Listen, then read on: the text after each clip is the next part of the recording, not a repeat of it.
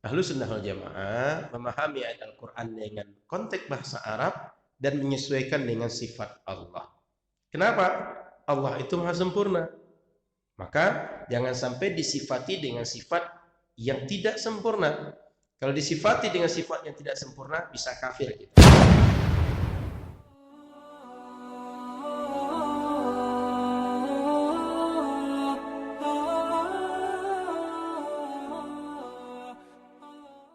Al-Quranul Karim dan hadis Nabi adalah rujukan kita dalam beragama.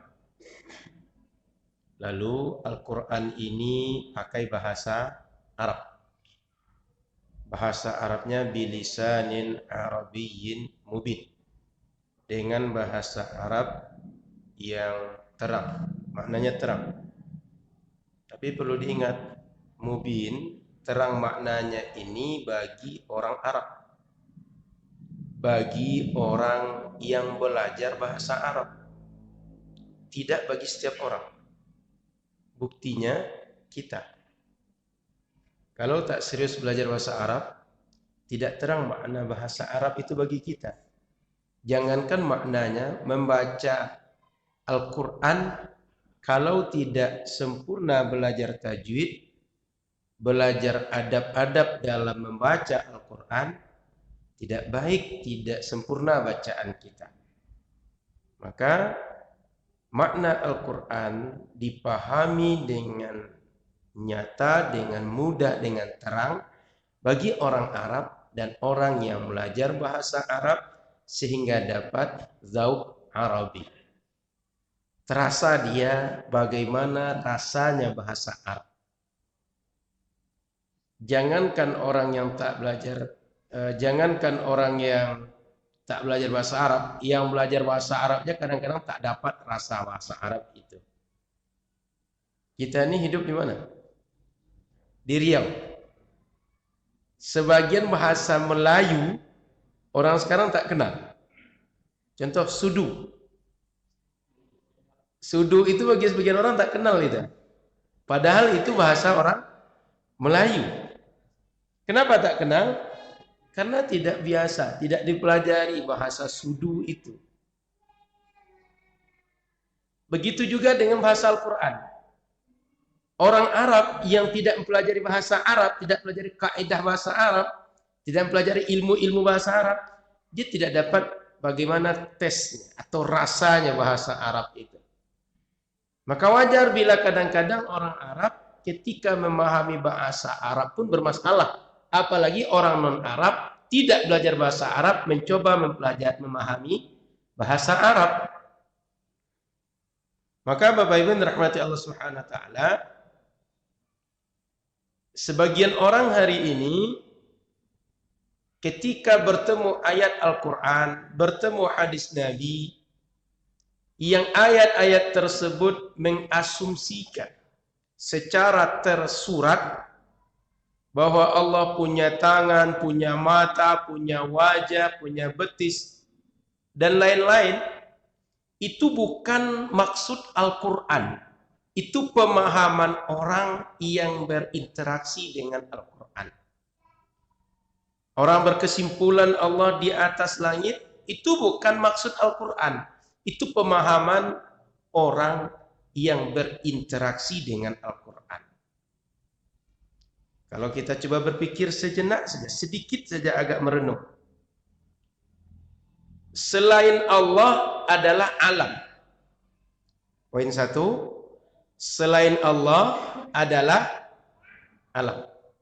Berarti langit alam atau bukan? Aras alam atau bukan? Paham di sini? Yang menciptakan alam siapa? Allah. Paham? Sebelum alam diciptakan Allah ada atau tidak? Ada? Pertanyaannya, Allah berada di atas langit atau tidak di atas langit? Tidak atau iya?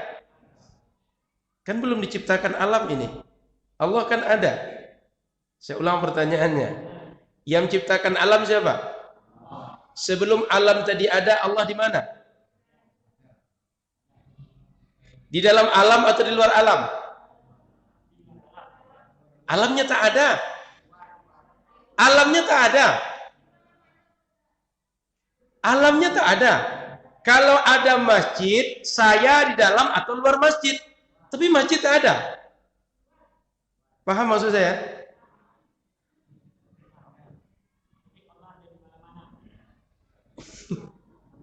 Saya ulang. Alam kan diciptakan Allah. Ketika Allah ada berarti alam belum, karena Allah belum menciptakan. Sehingga kalau ada orang mengatakan Allah di dalam alam, di luar alam, ini pertanyaan atau pernyataan. Kalau dia bertanya, pertanyaannya salah. Kalau pernyataan, pernyataannya salah. Bagaimana disebut di luar dan di dalam? Bendanya itu nggak ada. Paham maksud saya? Paham? Jadi kalau ada orang mengklaim Allah dalam alam, di luar alam, itu salah. Kenapa? Sebelum alam itu ada, Allah sudah ada. Dan saat alam tidak ada, dihukumi Allah di dalam, di luar, salah. Kenapa? Untuk menghukum tak ada. Sama dengan barang, timbangan tak ada. Lalu mau ditimbang barang. Bagaimana menghukumi? 2 kilo, 3 kilo, sekilo dia. Untuk penimbangnya tak ada. Paham? Maka kalau kemudian dikatakan alam ini bulat atau tidak bulat? Bulat atau tidak bulat?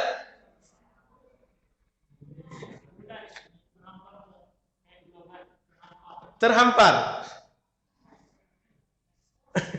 Terhampar. Tidak bulat. Saya tak tanya bumi, alam. Alam terhampar. Kalau bumi bulat. Paham maksud saya nih? Agar berpikirnya itu jelas. Alam ini bulat atau terhampar?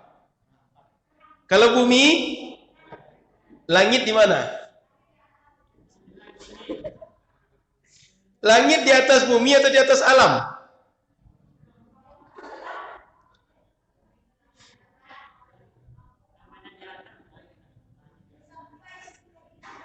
Tak sampai ke situ. Tak usah pusing-pusing lah ya. Makanya ulama ahli sunnah wal jamaah, jangankan memikirkan alam di mana, bumi di mana, kemudian Allah di mananya alam, di mananya bumi. Ditanya di mana langit, tak sampai pikir. Oleh karena itu ulama ahli sunnah wal jamaah mengatakan bahwa Allah itu wujud tapi tidak berada di satu tempat tertentu. Tidak berada di satu tempat tertentu, tapi dia wujud. Buktinya apa? Belum ada alam, dia sudah ada. Maka kalau ada orang mengatakan bahwa alam ini adalah ciptaan Allah, dia harus alam itu belakangan adanya dari Allah. Sepakat? Sepakat tidak? Ada yang menarik itu, ada yang mengatakan bahwa aras itu entah ciptaan Allah, entah tidak. Itu kalau seandainya keyakinan, itu berbahaya keyakinan itu. Kenapa? Kalau bukan ciptaan Allah, berarti ada pencipta aras selain Allah. Paham maksud saya? Kalau ada pencipta aras selain Allah, berarti pencipta ini dua. Paham? Kalau pencipta diyakini dua, orang ini musyrik. Meyakini Tuhan ada selain Allah. Itu bahaya keyakinan seperti itu. Maka kan nanti akan bingung nanti kalau misalnya alam belum ada, Allah sudah ada, lalu nanti menisbahkan Allah berada di bagian alam, berarti kan kemungkinannya alam tadi sudah ada ketika Allah ada. Kalau ada bersamaan dengan Allah, berarti pencipta alam ini bukan Allah. Paham maksudnya? Karena pencipta alam pasti lebih dahulu daripada adanya alam. Betul? Jadi, kalau ada yang menyatakan aras bukan ciptaan Allah, ini bahaya. Berarti ada pencipta aras dan ada pencipta selain aras. Berarti pencipta ada Dan kalau orang meyakini berarti orang ini hati-hati dengan pernyataan-pernyataan seperti itu. Baik, Bapak Ibu yang dirahmati Allah Subhanahu wa taala, sedikit saja sebelum masuk kajian kita. Dahulu sahabat-sahabat Nabi atau orang Arab secara keseluruhan, begitu turun Al-Qur'an, Al-Qur'an itu terang bagi mereka maknanya. Jelas. Sehingga ketika disebutkan ayat-ayat yang menurut sebagian kita mengatakan seperti kalimat Baitullah. Baitullah itu artinya apa? Rumah Allah bahasa kitanya kalau kita terjemahkan. Orang yang tak paham bahasa Arab akan mengartikan tempat Allah berada. Allah tinggal, kan rumah tempat tinggal. Tempat kita berada. Tapi orang Arab tak memahami seperti itu. Kenapa? Dengan bahasa mereka. Dengan bahasa mereka, gaya bahasa mereka. Dan ulama-ulama dahulu di awal-awal perkembangan sejarah Islam yang kita sebut dengan salaf, ketika bertemu dengan ayat seperti itu tidak memahami Allah berada di rumah. Yang kemudian hari ini disebut Baitullah itu dengan Ka'bah. Tidak berada di situ. Kenapa? Karena bagi mereka ketika disebut kalimat Baitullah, itu bukan berarti idhafahnya mengatakan Allah berada di situ. Tapi mengatakan bahwa tempat ini dimuliakan dengan dinisbahkan kepada Allah. Dimuliakan artinya. Maka belakangan setelah Islam semakin menyebar luas, ada orang Persia masuk Islam, Majusi masuk Islam, Koptik masuk Islam, berbagai rumpun bangsa masuk Islam. Mereka ini bukan orang Arab.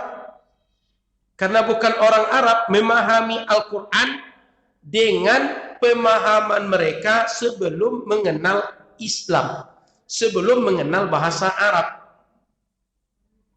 Dan orang-orang selain Islam dahulu tidak bisa ibadah, tidak bertuhan kecuali Tuhan itu nampak secara fisik oleh mereka.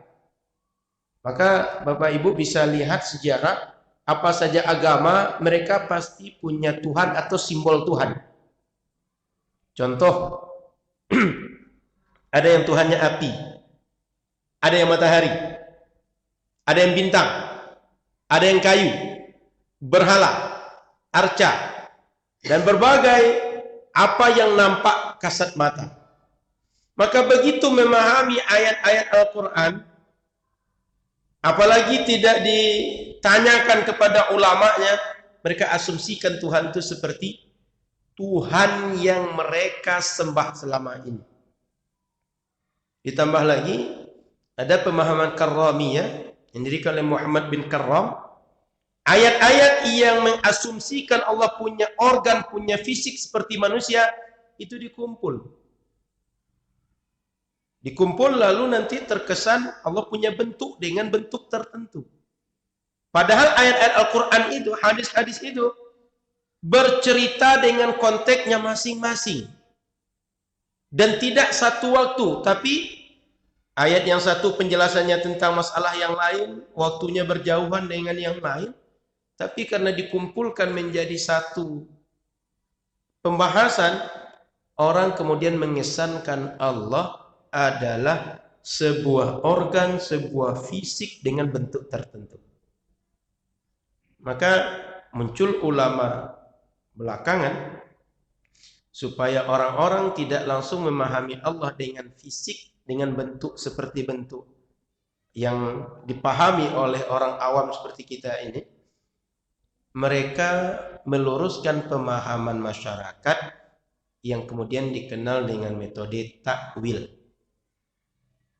Takwil. Takwil itu bahasa sederhananya, kalau satu kata punya makna lebih dari satu, makna pertama mengasumsikan Allah punya sifat makhluk, maka makna ini tidak diambil, tidak diyakini. Tapi diambil makna kedua atau makna ketiga yang sejalan dengan bahasa Arab dan sesuai dengan sifat Allah.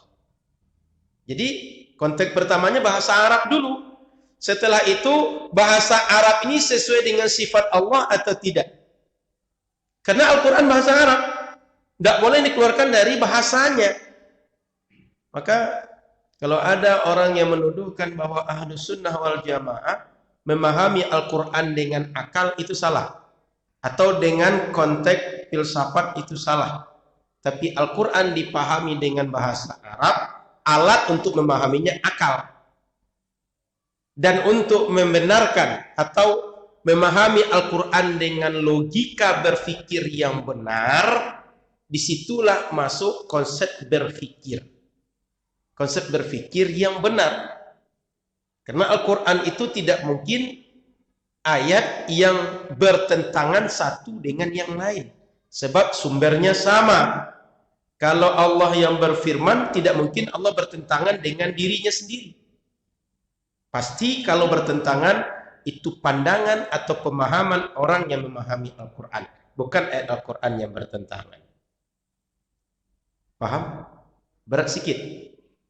Tak apa-apa, berat sikit-sikit aja. Maka Bapak Ibu rahmati Allah Subhanahu wa taala, Ahlus Sunnah wal Jamaah memahami ayat Al-Qur'an dengan konteks bahasa Arab dan menyesuaikan dengan sifat Allah. Kenapa? Allah itu Maha sempurna. Maka jangan sampai disifati dengan sifat yang tidak sempurna.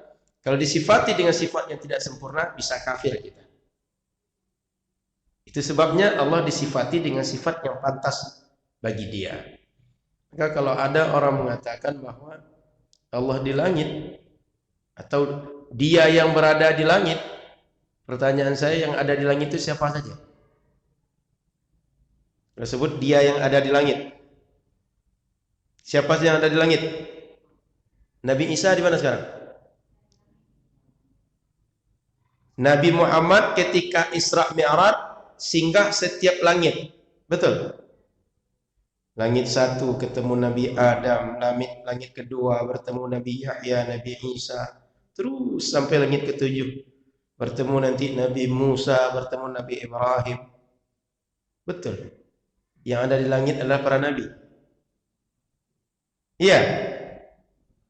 Iya tidak nih? Nabi Isa ada di mana? Di langit, Pak ya? Bukan kita dengar lagi, betul gitu.